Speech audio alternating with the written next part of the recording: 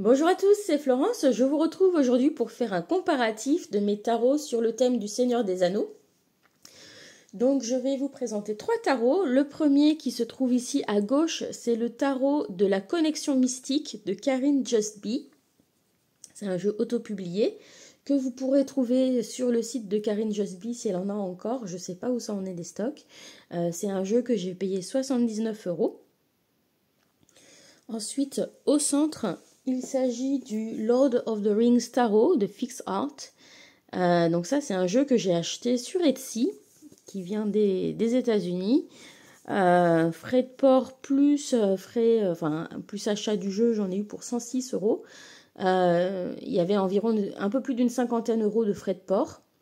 Mais par contre, je pense que le vendeur côté États-Unis avait dû faire correctement toutes les déclarations de douane parce que je n'ai pas eu de frais de douane supplémentaires à payer à la réception. Donc je préfère le préciser. Voilà, mais ça reste quand même l'un des tarots les plus chers que j'ai acheté voilà, au cours de mes années de collection. Et le dernier, eh bien, il s'agit d'un jeu mass market. Donc c'est le tarot Seigneur des Anneaux. Voilà. Donc lui, vous pourrez le trouver facilement. C'est aux éditions Ugine et Munin. Et celui-ci, il me semble qu'il coûtait autour de, je sais pas, entre 20 et 24 €, je dirais, à peu près. Voilà. Donc évidemment, c'est un budget bien inférieur aux deux autres. L'idée de cette présentation, c'est de pouvoir comparer les visuels évidemment de ces jeux, mais aussi de vous en parler après utilisation quant au ressenti, au toucher des cartes, voilà, aux choses qui peuvent peser en pour et en contre dans la balance pour l'ensemble de ces jeux, puisqu'ils ont tous leurs avantages et tous leurs inconvénients. Voilà. Sachez que ce ne sont pas les seuls tarots qui existent sur l'univers de Tolkien, du Seigneur des Anneaux. Il y en a 3 ou 4 autres que je vais vous mentionner. Donc, il y a le Hobbit Tarot qui est publié chez US Games, mais qui est out of print, qui n'est plus en édition, il n'est plus imprimé. Donc celui-ci, c'est très compliqué de se le procurer. Moi-même, je le cherche de temps en temps sur les sites d'occasion et c'est pas facile de mettre la main dessus. Voilà, mais j'aimerais bien mettre la main dessus un jour. Ensuite, il y en a un qui s'appelle Lord of the Rings Tarot, mais qui fait aussi jeu de société, un petit peu à la façon des cartes Magic ou ce genre de choses, que l'on peut trouver facilement sur Amazon, etc. Par contre, celui-ci, je trouve que voilà, j'aime pas trop les visuels. Ça fait un peu trop années 80, début 90, donc c'est pas trop mon truc. Donc celui-ci, je passerai mon tour. Et le suivant, dont je voulais vous parler également, alors il y en a 2. Il y en a un qui s'appelle Lord of the Rings Tarot, il me semble, qui est sur Etsy également, qui est illustré un petit peu dans un style manga. Donc celui-là, j'avais vu des images par l'intermédiaire de Marine de la chaîne The Waves of Your Soul, parce qu'elle l'a acheté sur Etsy. Et donc, elle m'avait signalé qu'il y a quelques cartes où il y a des erreurs de typographie dans les noms des cartes. Mais bon, à la limite, ça, je peux passer à peu près outre. Mais c'est plutôt le côté manga qui n'est pas forcément quelque chose que j'aime trop retrouver dans l'univers du tarot. Voilà. Donc, voilà, celui-ci, je pense que je ne l'achèterai pas non plus. Et enfin, un dernier par contre qui m'intéresse, c'est le J.R.R. Tolkien Tarot que vous pouvez trouver sur Make Playing Cards. Et celui-ci, j'ai trouvé qu'une seule présentation du jeu. C'était sur la chaîne de Saint-Cide, donc sur la chaîne de Hugues. Voilà, j'essaierai de vous mettre les liens vers les vidéos, vers les jeux dans la barre d'infos. J'essaierai d'y penser. Voilà, si vous voulez voir aussi les autres jeux, mais en tout cas, voilà, j'en ai 3 à vous présenter. Donc celui de Karin Justby, celui de Fix Art et puis celui de Casey Gill et Thomas Hiro.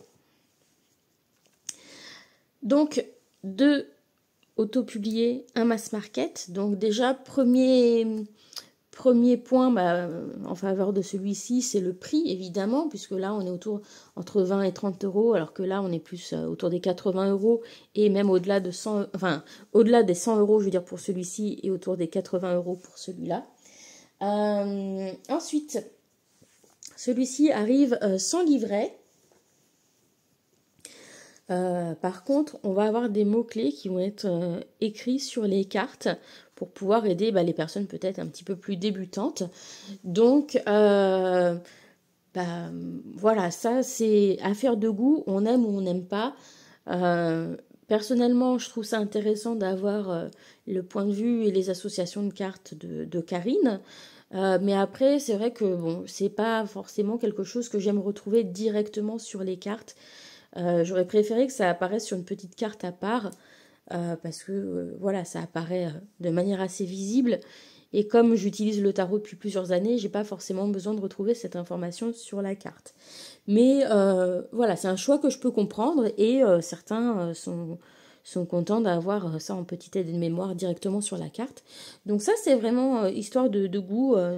Voilà, chacun choisit. Ensuite, pour celui du centre, on a un petit livret qui est comme ceci, donc qui est très court, sur lequel on ne va pas avoir la signification des cartes, malheureusement. Donc pour les personnes qui débutent, il faudra trouver d'autres sources d'informations. On a simplement voilà, ce qui a été représenté dans la scène, qui est écrit ici. Donc on sait quel personnage est représenté, ou quel événement de la trilogie Seigneur des Anneaux est représenté. Et enfin, le dernier, je trouve qu'au niveau du livret, c'est celui qui a les informations les plus complètes. Donc le Seigneur des Anneaux, un guide de tirage. Donc dedans, on va retrouver des informations, par exemple, hop là, je vais essayer d'ouvrir. Hop, ici le soleil, par exemple, on va savoir que c'est Éowyn. Ensuite, on a une petite description qui permet d'associer la carte à l'arcane, et puis signification endroit et envers. Donc, au niveau de l'accompagnement, ça va être peut-être celui où on a les choses les plus précises, mais malheureusement, le format a été très mal pensé pour quelqu'un qui voudrait l'utiliser de manière régulière, parce que c'est sur une grande feuille immense qu'il faut déplier, retourner, etc. Donc, voilà. Point très négatif sur le format employé. Par contre, au niveau du contenu, c'est celui qui est le plus informatif des trois. Maintenant, passons à la qualité du carton, au format. Sur celui-ci, on va être sur un grand format, un peu format carte oracle, alors que ces deux-là sont un format plutôt standard. Donc, le tarot mass market est un tout petit peu plus large que celui-ci, mais ça se joue vraiment pas grand-chose. Et par contre, celui-ci, on est sur un format plutôt carte oracle. Donc, par rapport à une carte de tarot normale, on va dire que c'est environ 1 cm plus haut et environ 2 cm plus large. Donc, ça va jouer sur le brassage des cartes. Si vous avez de petites mains, moi, je trouve que c'est plus facile de brasser cela en termes de format que celui-ci qui va prendre plus de place, parce qu'on a un carton de bonne qualité et épais, en plus des cartes larges. Donc, voilà, ça va être plus encombrant au niveau de la prise en main. Ensuite, au niveau carton, donc celui-ci a le carton qui est le plus épais des trois. Ensuite, ce sera celui-ci et celui-ci qui est le plus fin. Au niveau du carton, ici, on est sur un fini mat sablé. Donc, on a un toucher sablé, voilà, qui est difficile à décrire. Mais il y a une certaine rugosité, enfin, c'est légèrement rugueux. Donc, voilà, ça vient accrocher un petit peu le dessous de la main. D'un point de vue tactile, c'est assez intéressant comme sensation. Et puis, ça donne une bonne matité, je trouve, quand même au carton, sans pour autant empêcher d'avoir un bon étalement des cartes. Donc, elles ne restent pas accrochées tout ensemble. Quand vous voulez les tirer pour les mettre en éventail, ça se tire très bien. Sur celle-ci, on est sur un carton linen finish, donc un fini ligné, comme vous pouvez le voir. On voit la petite trame là à travers. Personnellement, c'est un carton que j'aime beaucoup. C'est très souple, comme vous pouvez le voir. Mais je trouve que dans le temps, ça dure plutôt bien. Et c'est très agréable à mélanger et à étaler, comme vous pouvez le voir, ça glisse tout seul. Peut-être inconvénient, ça peut être trop glissant parfois, les cartons linen finish. Donc certaines personnes n'aiment pas le fait que ce soit trop glissant. Et puis, on voit un petit peu la trame voilà, en fonction de l'orientation de la carte. Donc je sais qu'il y a aussi des personnes qui n'aiment pas forcément trop ce fini de carton. Mais personnellement, moi, c'est un de mes finis préférés. Et dernier, c'est celui-ci. Donc on est sur un carton qui est vraiment d'une bonne épaisseur. Donc on a une impression de solidité. On a un pelliculage mat. Voilà. Mais par contre, je trouve que ce pelliculage a tendance à faire quelque chose qui glisse pas très bien. Et donc quand on veut étaler les cartes, ou quand on veut les prendre, elles ont tendance à rester un petit peu en paquet de une ou deux cartes qui restent collées ensemble. Vous voyez, c'est pas aussi fluide pour étaler que les autres. Voilà. Donc, au niveau du confort d'utilisation, pour moi, qui est de petites mains, je vais préférer celui qui est au centre, parce qu'au niveau du mélange, il est plus facile à brasser pour moi. Et puis parce que, au niveau de l'utilisation, c'est le carton que je préfère. Ensuite, en deuxième, je mettrai celui-ci parce que le carton est vraiment chouette. Je trouve que ce fini sablé est vraiment très agréable aussi. Mais voilà, le format un peu plus gros me le rend moins pratique. Et puis voilà, au niveau de la manipulation, on va dire, de l'expérience tactile, c'est celui-ci qui va être le moins agréable pour moi parce que les cartes ont tendance à rester un peu accrochées entre elles. Voilà. Les dos, je les trouve tous les trois très jolis et très adaptés à l'univers Seigneur des Anneaux. Donc sur celui de Karine, ici, on a quelque chose d'assez merveilleux, qui est vraiment enchanteur. On a ces inscriptions elfiques ici, hop là, excusez-moi, voilà, qui viennent rappeler l'univers Seigneur des Anneaux et l'anneau l'unique. On va retrouver ici également des inscriptions en elfique sur le pourtour de la carte, l'anneau au centre, et puis l'arbre du Gondor ici. On est sur un dos qui est réversible. Là également, voilà. Et j'aime beaucoup ces tons bruns. Je trouve que ça va très bien avec l'univers un petit peu épique de la saga. Et pour le dernier, là aussi, je trouve que les couleurs sont particulièrement adaptées aussi pour le côté épique, un peu masculin de l'univers Seigneur des Anneaux. On a des allusions à la forêt, les boucliers, etc. Et puis évidemment au centre, l'œil de Sauron avec la flamme et puis l'anneau au centre. Voilà, donc je trouve que individuellement, chacun de ces dos fonctionne bien. Après, voilà, j'en ai pas vraiment de préféré parce que j'aime bien les trois. Je trouve qu'ils sont tous les trois assez différents. Mais dans les trois cas, je trouve que ça fonctionne bien pour cet univers. Dans tous les cas, tous les jeux, on va avoir des tranches qui sont neutres. Voilà. Et voilà. Donc, personnellement, c'est pas quelque chose qui me pose de problème parce que je trouve que les tranches colorées, ça vieillit pas toujours très très bien. Et au contraire, voilà, là c'est un peu plus simple, mais généralement ça vieillit un peu mieux.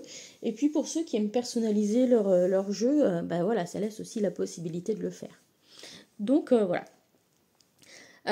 Celui-ci arrivait avec une carte supplémentaire parce que le jeu était numéroté. Donc moi j'ai eu le numéro 35 de la première édition. Voilà.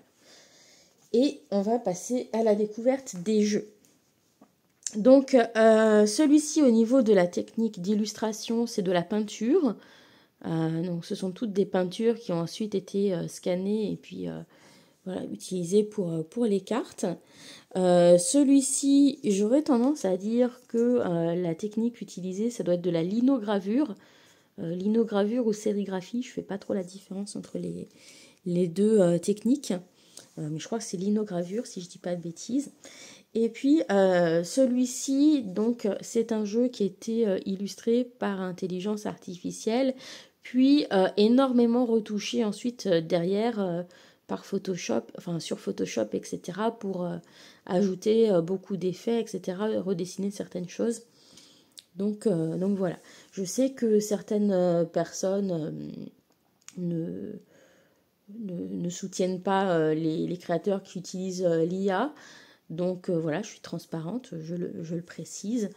Malgré tout, la personne qui a fait ce jeu a quand même fourni beaucoup d'heures de travail parce que ça a été énormément retravaillé derrière par rapport à ce qui avait été fait. Donc voilà, je trouve que voilà, faut pas non plus mettre tous les créateurs d'IA dans la même catégorie, mais en tout cas voilà, je le signale pour ceux qui préfèrent avoir cette information. Donc voilà, c'est parti. Donc on découvre. Ce jeu-là est sans bordure. Les deux autres jeux ont des bordures.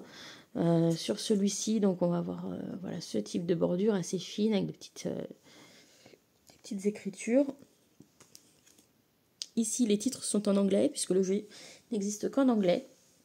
Ici, ça va être en français et ici en français avec donc le nom de la carte et les mots-clés. Donc c'est parti, on va maintenant découvrir les cartes.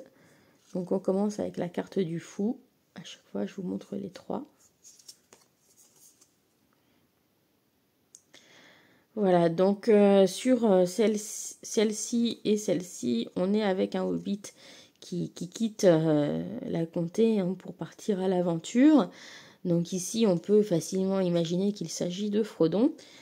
Ici, pourquoi pas aussi. Donc là, il est accompagné par un loup pour être plus fidèle au tarot.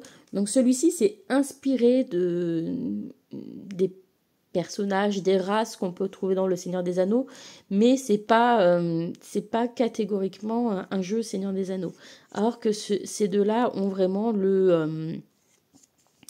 voilà, de par le titre, sont vraiment reliés directement au Seigneur des Anneaux de manière claire. Voilà. Et donc sur celui-ci, c'est le personnage de Pipin.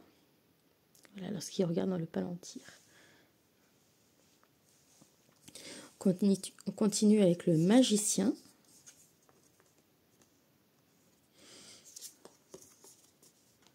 Hop. Donc,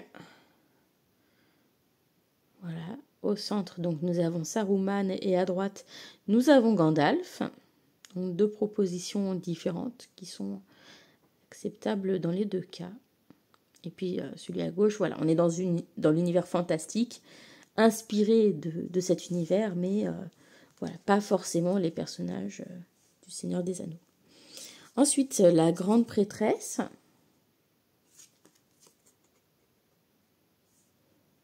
Donc ici, nous allons avoir Galadriel. Et ici également, ce qui semble être un choix plutôt logique par rapport à la trilogie. Donc graphiquement, on est sur trois styles très différents. Et personnellement, j'aime bien les trois. Et je pense pas forcément les utiliser tous les trois à la même saison non plus. Donc voilà, c'est des jeux qui font pas forcément doublon. Pour moi, ils se complètent. Voilà, donc sur les deux cartes à droite, le personnage identifié dans le livret est Arwen. Voilà, et nous avons une elfe sur le troisième. Ensuite, l'empereur.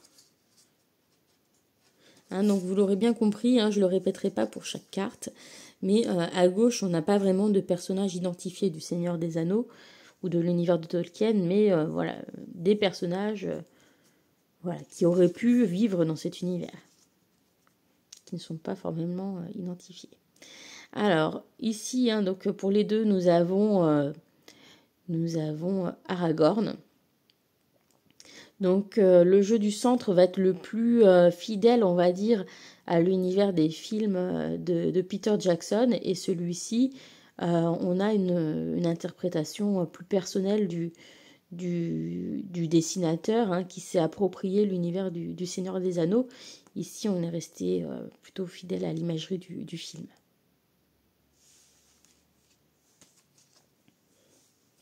On continue avec le hiérophante.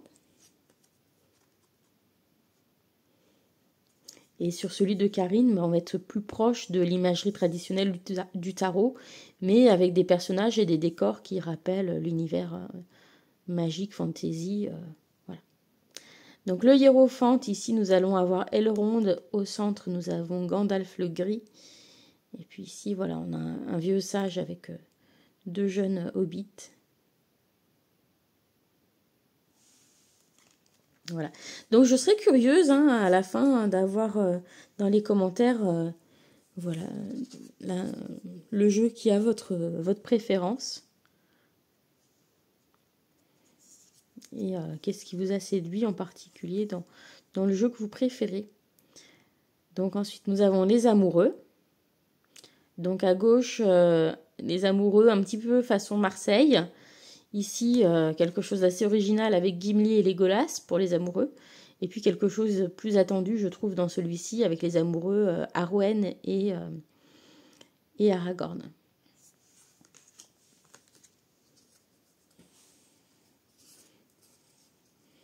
Ensuite, la carte du chariot. Donc sur la carte du chariot, celui à gauche fait vraiment penser au personnage de Gandalf. Voilà, donc je trouve que ça marche plutôt bien, c'est sympa. Puisqu'on le voit effectivement sur un chariot au début du Seigneur des Anneaux. Ici, nous avons Éomer, voilà, le cavalier du Rohan. Donc c'est plutôt sympa aussi pour la carte du chariot.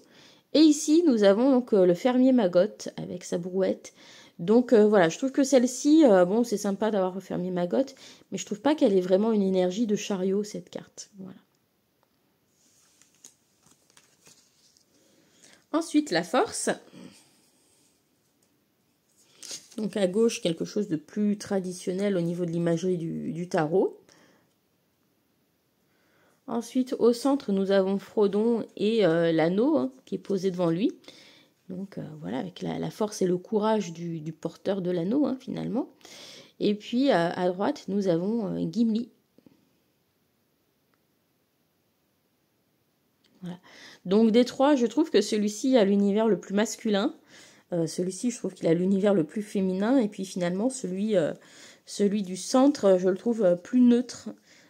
Voilà, ni spécialement masculin, ni spécialement féminin au niveau de l'énergie. On continue avec l'ermite.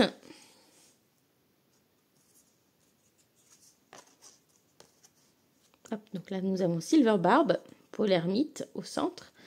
Et à droite, nous avons Bilbon Saquet. Voilà, ce que je trouve plutôt sympa parce que effectivement, quand Bilbo Saquet est plus âgé, il vit un petit peu en ermite dans cul-de-sac. Il devient un petit peu moins sociable, etc. Donc voilà, et puis il écrit son livre, etc. Je trouve que ça marche plutôt bien pour la carte de l'ermite. Je trouve que c'est assez intelligent. Ensuite, c'est la roue de fortune.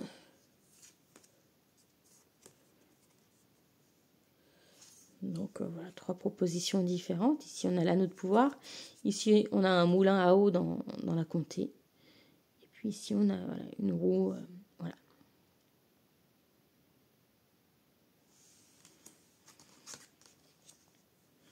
Ensuite, la justice.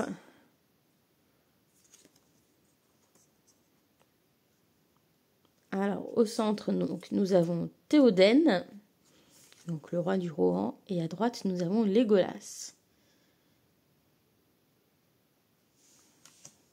Nous continuons avec le pendu. Deuxième, donc ici, nous avons Faramir, quand son père veut le brûler voilà, lorsqu'il est blessé. Et puis ici, nous avons Gollum. Voilà, donc trois images assez différentes pour le coup. Alors, la mort.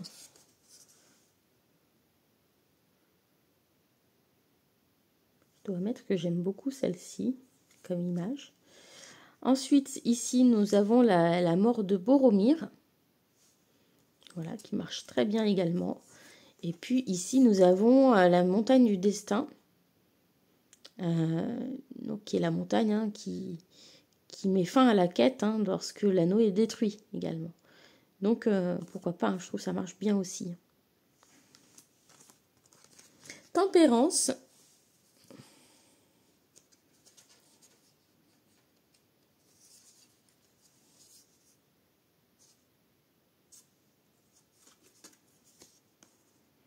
Au centre, nous avons Sam Gamgee.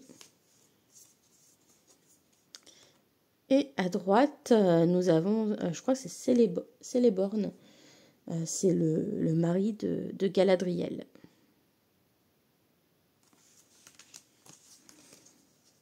Ensuite, la carte du diable. Donc ici, on a une créature qui peut nous faire penser à Gollum, et puis surtout, on a l'anneau. Ici, nous avons donc le roi sorcier d'Angmar. Et ici, nous avons également un Nazgûl. Hein, donc, sachant que le roi sorcier d'Angmar est un Nazgûl, on est sur quelque chose d'assez similaire, hein, pour ces deux-là, au niveau de la vision de la carte du diable. Voilà.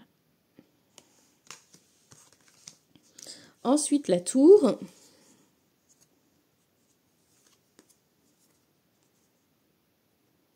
Hein, donc la forteresse de Barad-dûr, hein, la tour de Sauron. Et puis ici, je ne sais plus si c'est Barad-dûr également ou si c'est... il me semble que c'est Barad-dûr aussi. Hein.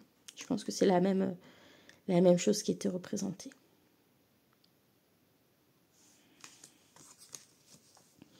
Ensuite, la carte de l'étoile.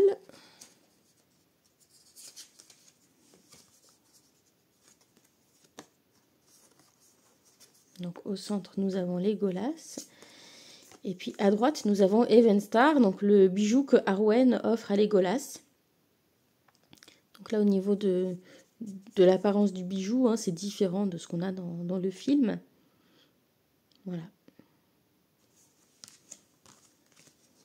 Continuons avec la lune.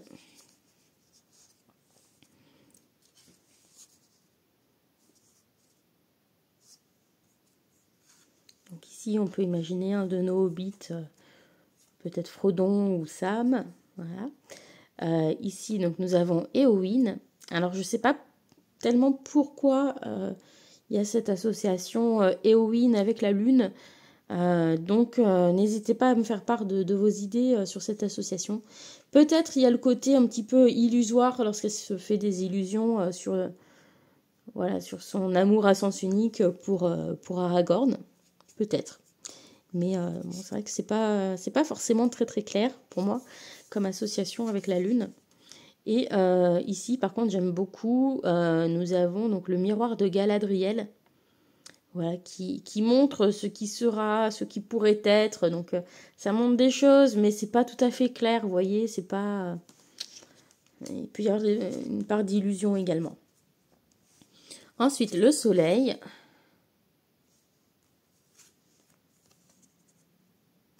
Donc ici, nous allons retrouver Merry.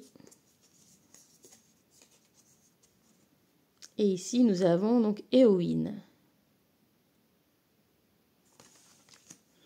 Nous continuons avec la carte du jugement.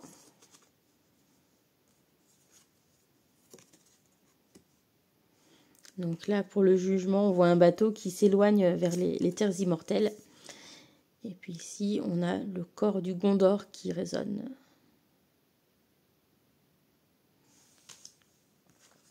Et on termine avec la carte du monde. Donc ici, on va avoir une carte de la Terre du Milieu. Et à droite, le monde, c'est la communauté de l'anneau qui est réunie. Avant leur départ. Voilà. On passe à l'as de bâton.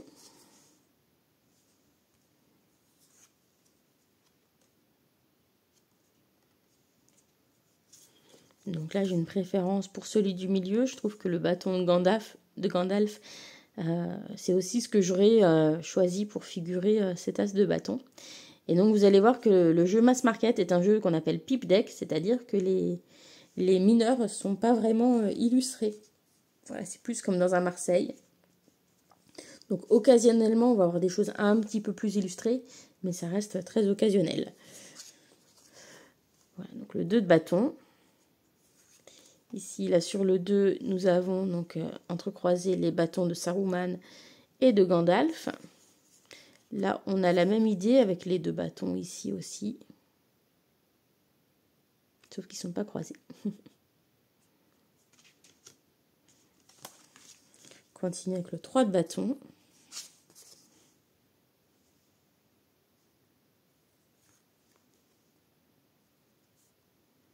Donc là, on a Gandalf lorsqu'il est en haut de la tour de Saruman et que voilà, il envoie ou il va demander de l'aide grâce au papillon.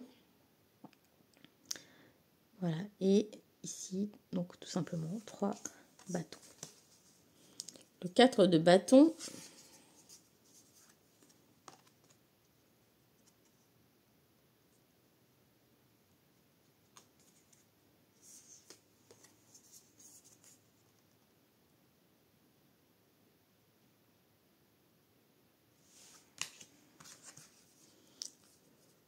Le 5.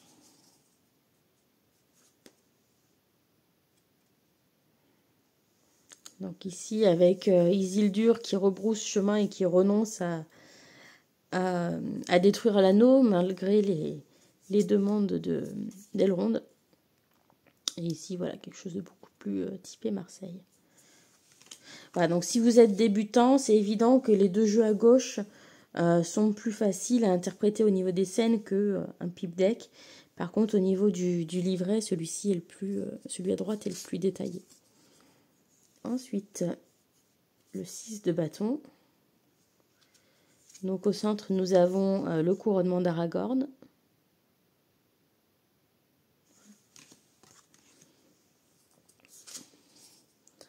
Ensuite, hop là. On voit le focus. Voilà, 7 de bâton. Donc ici, on a donc voilà, tout le monde qui s'incline devant les hobbits. Voilà, c'est pas forcément quelque chose que j'aurais choisi pour le set de bâton. Parce que il y a plus l'idée pour moi d'être mis au défi un peu par les autres. Une fois que, vous voyez, que vous avez atteint un certain statut, on va tenter de vous déstabiliser un petit peu. C'est ça, moi, que ça représente le set des bâtons. Donc, voilà, je trouve que la scène, c'est pas forcément quelque chose qui illustre ce que j'associe habituellement avec la carte. Ensuite, le 8.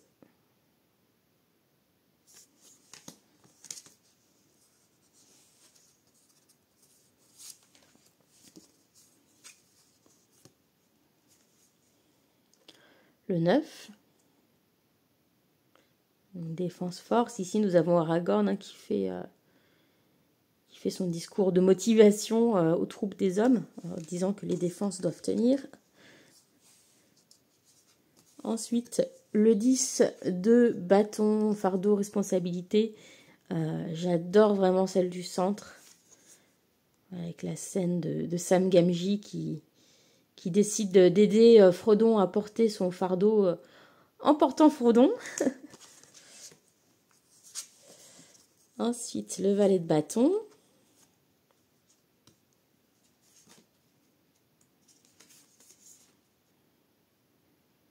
Voilà, donc au centre, nous avons Éowyn avec son oncle Théoden. Et puis ici, nous avons...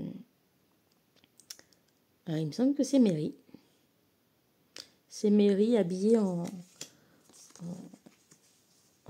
cavalier du Rohan. Ensuite, cavalier de bâton. Donc là, nous avons Gimli, Legolas, voilà, qui sont prompts à répliquer lorsqu'ils sont encerclés par les hommes d'Éomer. Et puis, pour le cavalier de bâton, ici, nous avons le personnage de Tom Bombadil, qui est un personnage qui n'apparaît pas dans les films, mais qui apparaît évidemment dans le roman. Seigneur des Anneaux. Ensuite, Reine de bâton.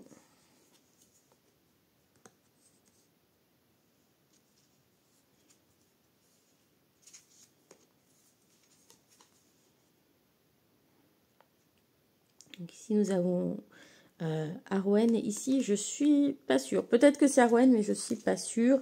Je me rappelle plus avec certitude parce qu'il y a quelques personnages qui sont pas dans les films qui apparaissent. Donc, je vais regarder ça pour essayer de vous dire rapidement. Ouais, c'est Luthien. Donc, je la connais pas encore parce que je suis pas arrivée jusque-là dans les romans. Ensuite, le roi de bâton.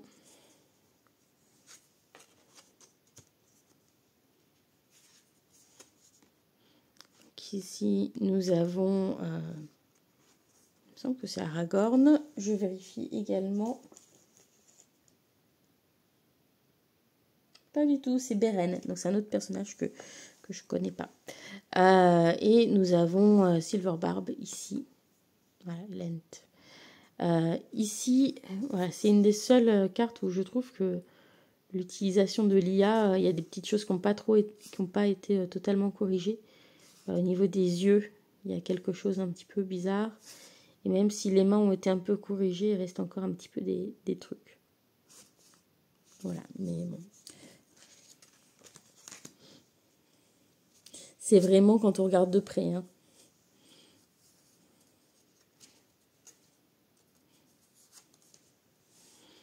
Ensuite, ici, donc l'as de coupe. Ici, donc, nous avons la lumière d'Elendil que Galadriel offre à Frodon. Et là, nous avons de nouveau Silverbarb. Je le trouve trop chou, là. Mais voilà, je trouve que celle-ci, ça marche très bien. En as de coupe également. Et puis là, on est sur quelque chose de plus classique au niveau de l'imagerie, je trouve.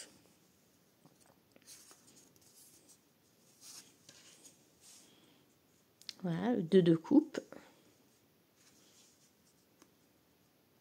Là, on a donc Arwen et Aragorn à Foncombe.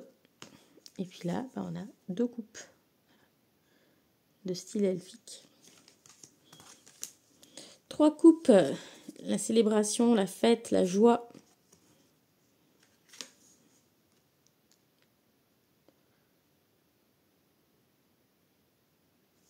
Voilà.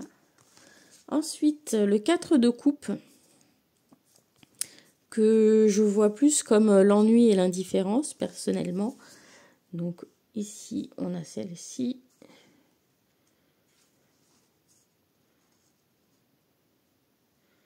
Là, on a donc Bilbo Saké. Et là, évidemment, juste 4 coupes. Le 5 de coupe qui représente le chagrin, la perte, les regrets.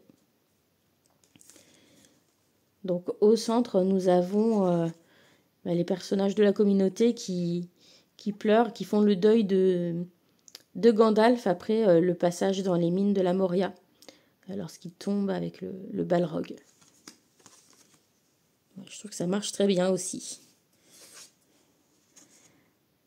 Et donc, évidemment, ça va être quand même si c'est pas directement Seigneur des Anneaux, c'est quand même plus parlant que ça.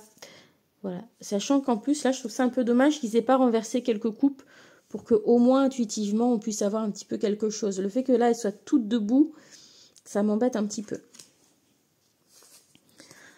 Ensuite, donc le 6 de coupe. Donc, la nostalgie, la gentillesse, le partage.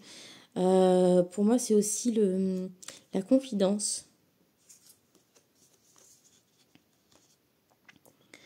Voilà, donc là, on a la fête d'anniversaire de Bilbo au centre. Vous voyez, mais par exemple, sur celui-ci, je trouve qu'au niveau des mineurs en pipe deck, je sais pas, on aurait pu rajouter quelques fleurs dans certaines des shops, comme si c'était un petit peu devenu des cruches qui deviennent des des vases ou quelque chose comme ça. Ça aurait pu être sympa. Pour que ce soit un peu plus proche de l'imagerie du rider. Mais après, voilà, le fait que ce soit illustré en pipe deck, c'est pas forcément pour que ça fasse très rider weight. Donc, hop là, voilà, le set. Pardon, set de coupe. Donc on retrouve ici le miroir de Galadriel, mais en set de coupe.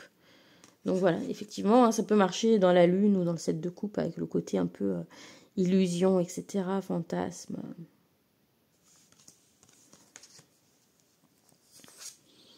Ensuite, ici, le 8 de coupe.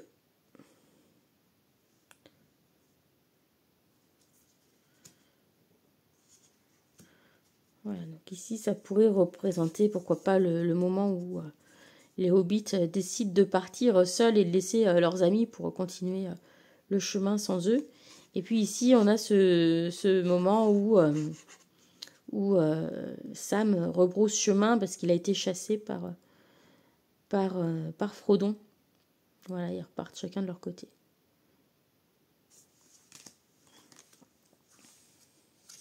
Le 9 de coupe, hein, donc c'est la carte des souhaits.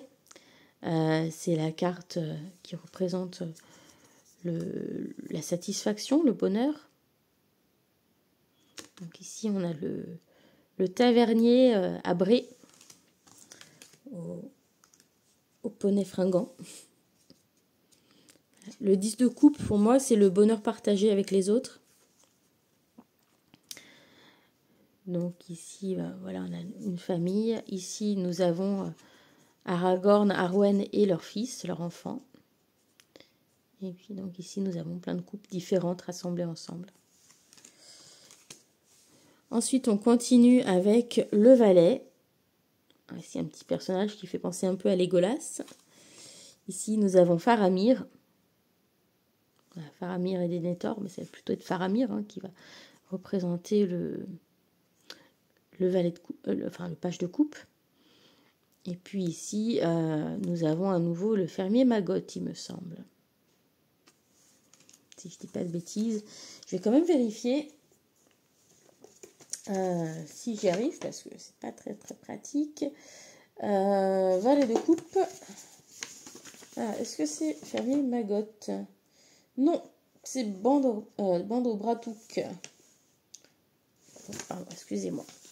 Mais c'est vrai que comme c'est pas un personnage qui est dans les films, voilà. Et que de toute façon, ils sont pas toujours exactement ressemblants. C'est pas toujours évident de reconnaître au premier coup les personnages. Alors ensuite, donc cavalier de coupe. Ici donc on a Arwen qui offre son cœur à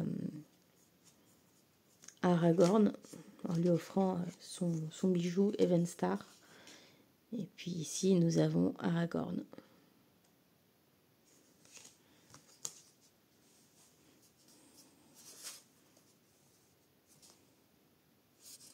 Ok, la reine de coupe.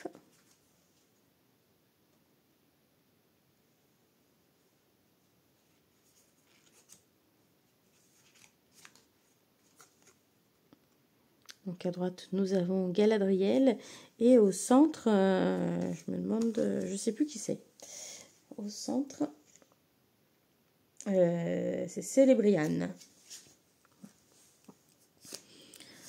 Ensuite, roi de coupe.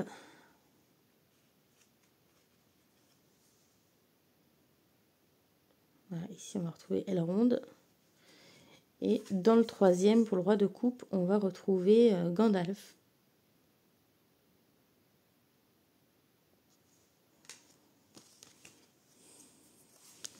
On continue avec l'as d'épée. Donc ici, on retrouve l'épée d'Aragorn. Que je retrouve son nom. Je ne trouve plus son nom, mince. en duril, la flamme de l'Ouest. Hein, voilà. Et là, ici aussi, voilà, et j'aime bien le fait qu'elle soit sur l'enclume de la forge en train d'être reforgée. Je trouve ça, voilà, ça c'est une carte qui me plaît vraiment beaucoup dans ce jeu.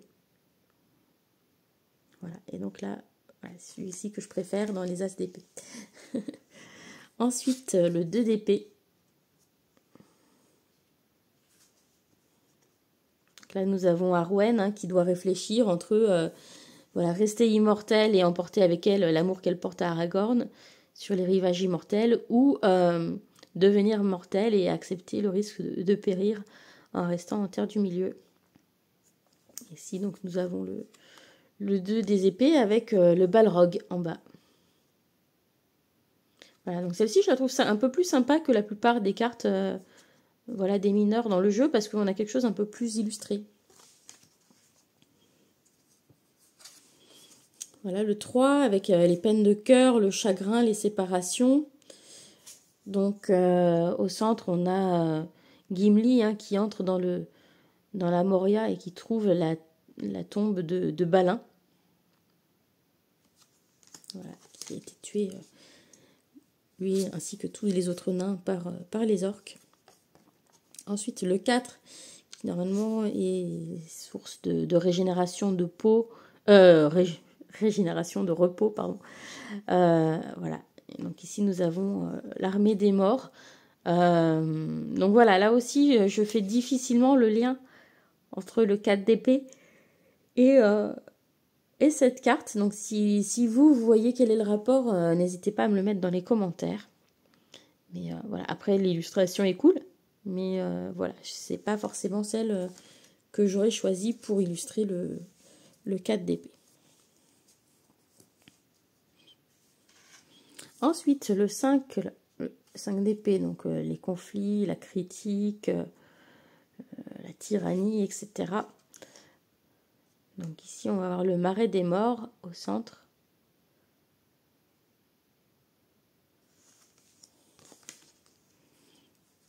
Le 6 d'épée.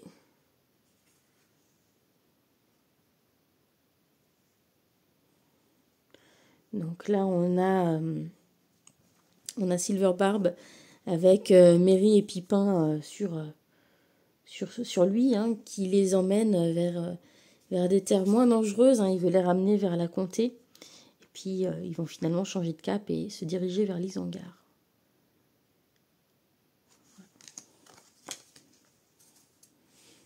Ensuite, le 7 d'épée.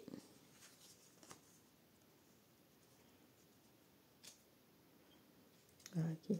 Synonyme de tromperie, de vol, de choses qui se passent dans votre dos, de stratégie à revoir aussi parfois. Donc au centre, on a le personnage de Grimalang de Serpent, qui est le perfide conseiller du roi Théoden, qui est en fait un traître et qui est un allié de Saruman. Ensuite, le 8 d'épée. Donc ici, voilà, on a Frodon qui se sent piégé par l'anneau et qui ne se sent plus capable de jeter l'anneau dans la montagne du destin.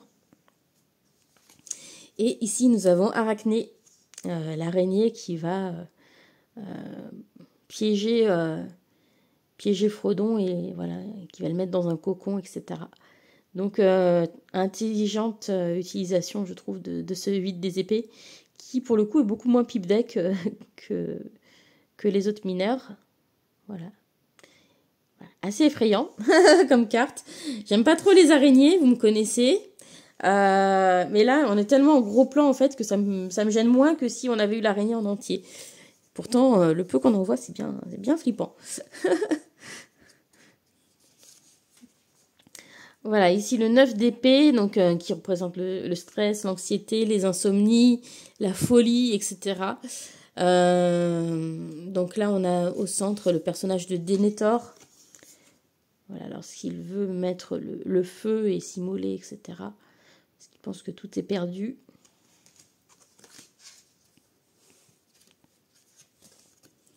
Le 10 d'épée, avec la fin fin inéluctable. Peut-être aussi des fois quelque chose vécu comme une défaite. Alors ici on a la destruction de l'anneau.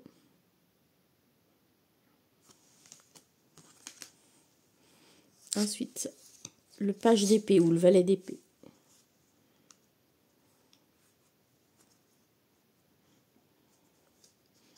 Donc là, on a le même personnage et je trouve que c'est un bon choix dans les deux cas. Sur les deux cartes ici, hein, on a Pipin en sentinelle du Gondor. Voilà, qui décide d'allumer les feux d'alarme. C'est une scène mythique hein, dans le film qui met des frissons à chaque fois, je trouve. Et puis là, voilà, on le retrouve aussi en sentinelle du Gondor. Ensuite, le cavalier d'épée. Donc ici, on a un Uruk-hai. Et ici, nous avons Boromir.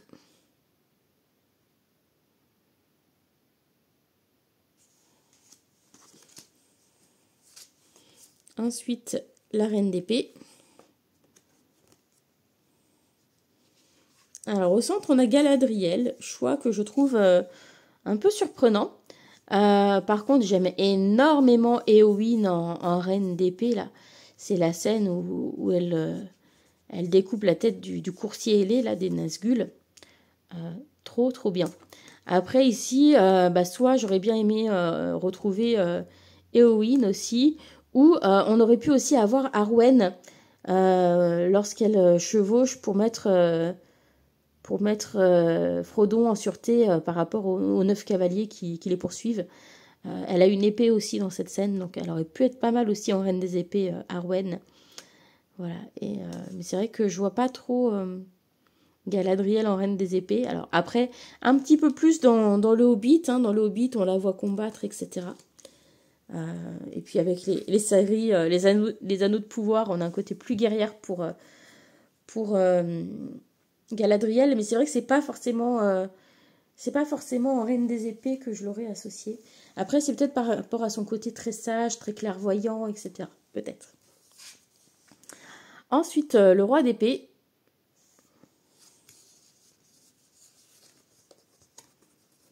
Donc là, c'est Celeborn, donc c'est le mari de Galadriel. Et là aussi, il me semble.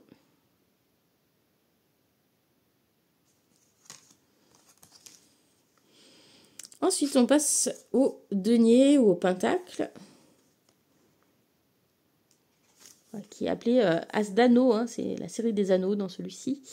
Donc ici, c'est un gland que ramasse Bilbo lors de ses aventures dans le Hobbit et qu'il va planter chez lui à cul-de-sac en revenant. Et puis ici, c'est l'anneau de pouvoir. Voilà. Et je trouve que graphiquement, elle en jette cette carte. Voilà. J'aime beaucoup cet as d'anneau. Voilà. Mais celui-ci, c'est vrai qu'au niveau de la signification, il est très très bien aussi.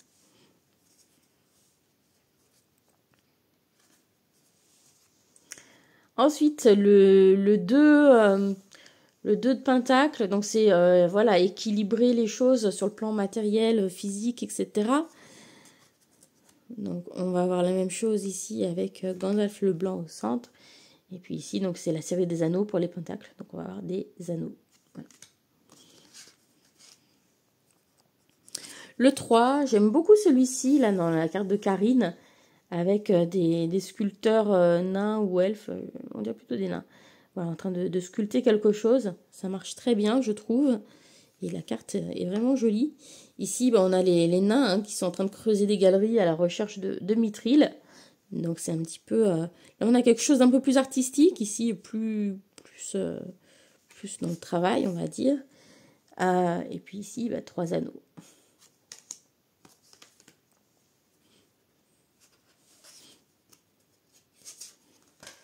Ensuite, le 4 de denier, hein, qui représente... C'est la carte de la sécurité matérielle. Voilà. Qui nous empêche parfois de bouger, hein, qui nous enferme hein, aussi des fois. J'aime beaucoup au centre Gollum dans sa caverne, en train de contempler son précieux. Et voilà, ça fait des centaines d'années qu'il contemple son précieux et qu'il sort plus de sa caverne. Donc voilà, ça montre un petit peu le paradoxe de cette richesse qui enferme. Voilà, ensuite on a le 5 avec la perte financière, matérielle, la maladie, enfin voilà, la dégradation de la santé, etc. Donc ici, ça fait penser un petit peu aux nains qui sont en exil après la désolation de Smaug, par exemple. Ici, on va voir Théoden lorsqu'il est malade à cause de l'empoisonnement que lui fait subir Grim à langue de serpent. Et puis, voilà, 5 à nous.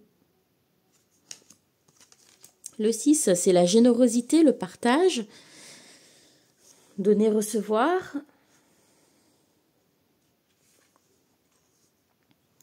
Donc ici, on a la scène où Galadriel accepte la faveur que Gimli lui demande et lui offre l'une de ses mèches de cheveux. Voilà.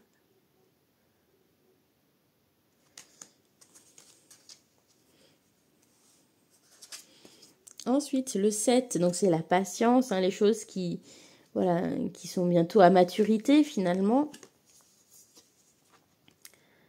Donc ici on a un potager, ici c'est très bien, on est un peu dans la même idée. On est avec Sam Gamgee qui est le jardinier de la famille Sakai. Voilà. Le 8, c'est le travail, c'est l'industrie, c'est la productivité, c'est la maîtrise des choses. Donc ici on a les forgerons elfiques qui forgent les anneaux de pouvoir. Le 9, c'est la réussite matérielle, c'est le confort.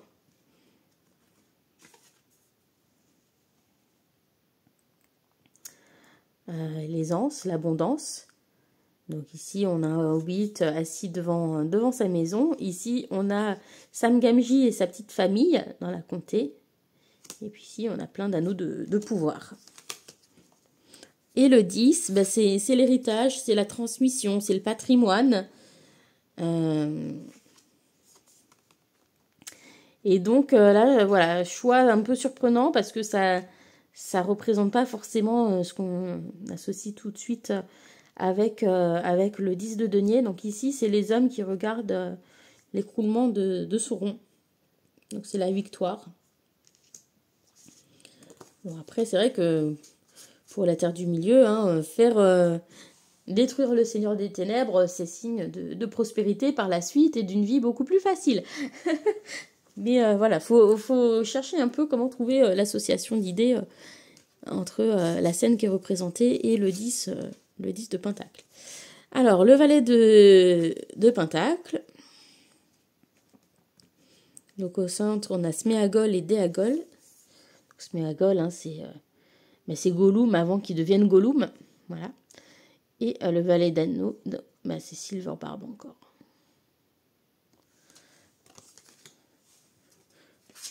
Voilà. Ensuite, cavalier de denier, donc qui est fiable, qui avance lentement, qui va tester des méthodes éprouvées, personne de confiance, etc. Qui est travailleur. Donc ici, nous avons ce personnage. Là, nous avons le fermier Maggot avec ses champs de navets. Et puis ici, nous avons Aragorn à nouveau. On termine avec les dernières cartes, bientôt. Donc la reine de denier.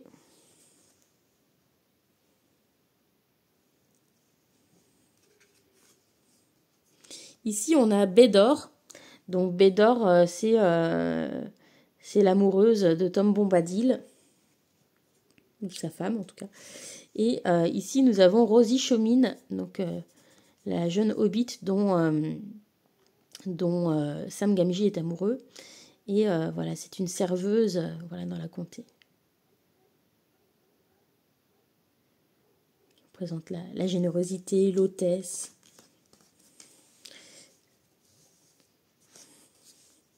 Et puis le roi de denier. Donc, un homme généreux, une personne généreuse. Donc ici, on a donc Tom Bombadil, hein, puisque ça forme un couple avec Bédor, Goldberry. Et puis là, choix plus surprenant, on a Saruman. J'aurais pas trop vu Saruman ni en Roi d'Anneau, ni... ouais, là j'ai un peu plus de mal à comprendre le choix, mais je pense que voilà, c'était une volonté de faire apparaître son personnage dans le jeu, quoi. Voilà, donc on a fait le tour de ces 3 decks. Donc la vidéo est longue, hein, mais c'est vrai que quand on fait 3 jeux d'un coup, bah, y a pas mal de choses à voir et à discuter. Donc mon ressenti par rapport à ces jeux, bah, concernant la manipulation, hein, je vous en ai parlé déjà. Je trouve que le plus agréable à manipuler, c'est celui-ci, ensuite celui-ci et ensuite celui-là. Au niveau des cartons, du carton utilisé, j'aime beaucoup ces 2 qualités de carton-là. Celui-ci, c'est de la bonne qualité, mais par contre, moins pratique parce qu'il accroche plus. Au niveau du prix, l'avantage va clairement à celui-ci. Celui-ci, évidemment, est le plus cher. Celui-ci se tient quand même pas trop loin derrière en prix. C'est quand même relativement cher. Par contre, c'est un jeu qui est entièrement produit en France, imprimé en France, etc. Donc, bah, c'est aussi quelque chose qui se paye parce que ça fait travailler des entreprises françaises. Pour ce qui est de celui-ci, pour se le procurer, voilà, je ne sais pas où c'en est actuellement. Je ne sais pas s'il y en a toujours de disponibles. Voilà, donc si vous êtes intéressé, le plus simple, hein, c'est d'aller voir les réseaux de Karine. Celui-ci, il est toujours disponible sur Etsy. Et puis celui-ci, évidemment, voilà, facile à se procurer en mass market. Au niveau de la facilité d'utilisation par rapport au système du tarot, celui-ci va être le plus simple parce que au niveau de l'imagerie, c'est quand même très proche d'un tarot Rider-Waite assez traditionnel. On retrouve beaucoup de choses assez communes. Et puis, c'est marqué dessus, donc voilà, la signification des cartes, on sait tout de suite ce que c'est. Donc, même s'il n'y a pas de petit livret informatif, il reste très facile à utiliser, celui-ci. Après, entre ces deux-là,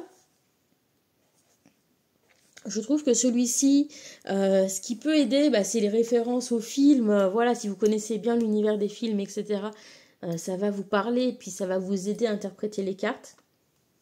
Mais petit point négatif, si vous êtes vraiment débutant, il n'y a pas d'informations sur la signification des cartes fournies avec ce jeu-là. Donc il faudra trouver des informations autrement, dans un livre ou dans des vidéos, etc., si vous êtes vraiment débutant. Sur celui-ci, toutes les informations sont données, c'est très clair dans le petit livret. Par contre, c'est vrai que le fait que ce soit un pipe deck avec des arcanes mineurs qui ne sont pas illustrés, ça le rend moins intuitif pour les arcanes mineurs. À l'exception de 2-3 mineurs qui sont vraiment sympas, voilà, je trouve que artistiquement, c'est un petit peu dommage d'être parti sur des mineurs sur ce jeu. Après, voilà, c'est un choix des personnes qui ont créé le jeu. Hein. Mais c'est vrai que j'ai une préférence pour les jeux où les arcanes mineurs sont illustrés. Donc voilà. En termes d'énergie, de saison, etc. Donc celui-ci, je trouve qu'il a une énergie plus féminine. Celui-ci carrément masculine et celui-ci plus neutre, comme je vous l'ai dit. En termes de saison, celui-ci, je le trouve assez automne-hiver, hein, avec ses teintes assez masculines au niveau de la palette de couleurs, je trouve. Celui-ci, qui a un côté beaucoup plus doux, plus féminin, plus féerique et aussi plus lumineux. Je trouve qu'il est pas mal pour le printemps-été.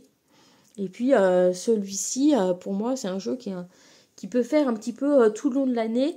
Mais c'est vrai que de par les teintes un petit peu pastel, je trouve qu'il a un côté assez printanier quand même. Parce qu'on a beaucoup de teintes pastel dans les peintures. On n'a pas des choses très très saturées. Donc ce côté un petit peu doux des couleurs, je trouve que ça lui donne un côté assez printanier quand même. Malgré que ce soit un jeu sur l'univers du Seigneur des Anneaux. Voilà. Sinon, vis-à-vis de l'univers des films, etc., le plus proche, hein, si vous avez vu les films, celui où vous allez mieux vous reconnaître cet univers, bah, c'est dans celui qui est au centre, évidemment. Celui-ci, je trouve qu'il y a certaines associations de cartes qui sont vraiment très sympas, qui sont proposées. Voilà, j'adore l'as d'épée, j'adore l'as d'anneau aussi, hein, l'as de pentacle. Voilà, et puis il y a beaucoup d'associations entre les cartes et les personnages qui fonctionnent très bien. C'est très bien réfléchi, je trouve, très bien choisi. Dans celui-ci, voilà, il y a 2-3 cartes où, pour moi, le lien ne se fait pas de manière évidente, mais sur l'ensemble, c'est un jeu qui est quand même très parlant. Et puis celui-ci, bah, vous aurez compris, c'est inspiré de l'univers fantasy, comme ce qu'on peut retrouver dans le Seigneur des Anneaux, mais c'est pas directement des personnages du Seigneur des Anneaux qu'on va retrouver dedans. Donc c'est un jeu qui rappelle cet univers, mais c'est pas à proprement de parler un tarot Seigneur des Anneaux, quoi. Voilà. Donc j'espère que ma présentation vous aura permis d'y voir plus clair sur ces jeux. Je suis intéressée d'avoir vos ressentis, vos retours là-dessus. Et puis voilà, n'hésitez pas à aller voir aussi, à découvrir les autres jeux que je n'ai pas, hein, qui sont aussi sur cet univers. Voilà. J'espère que la vidéo vous a plu. Je vous fais plein de bisous et je vous dis à bientôt. Bye!